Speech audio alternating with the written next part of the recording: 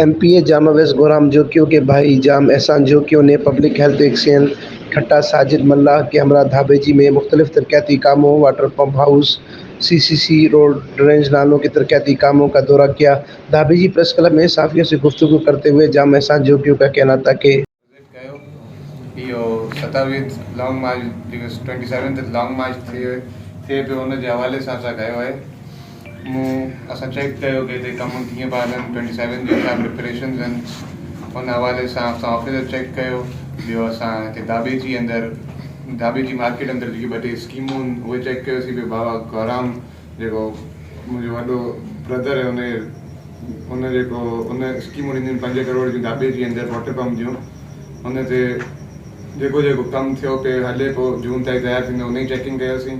Amin Farooqui, Firestone news Thatta Sindh.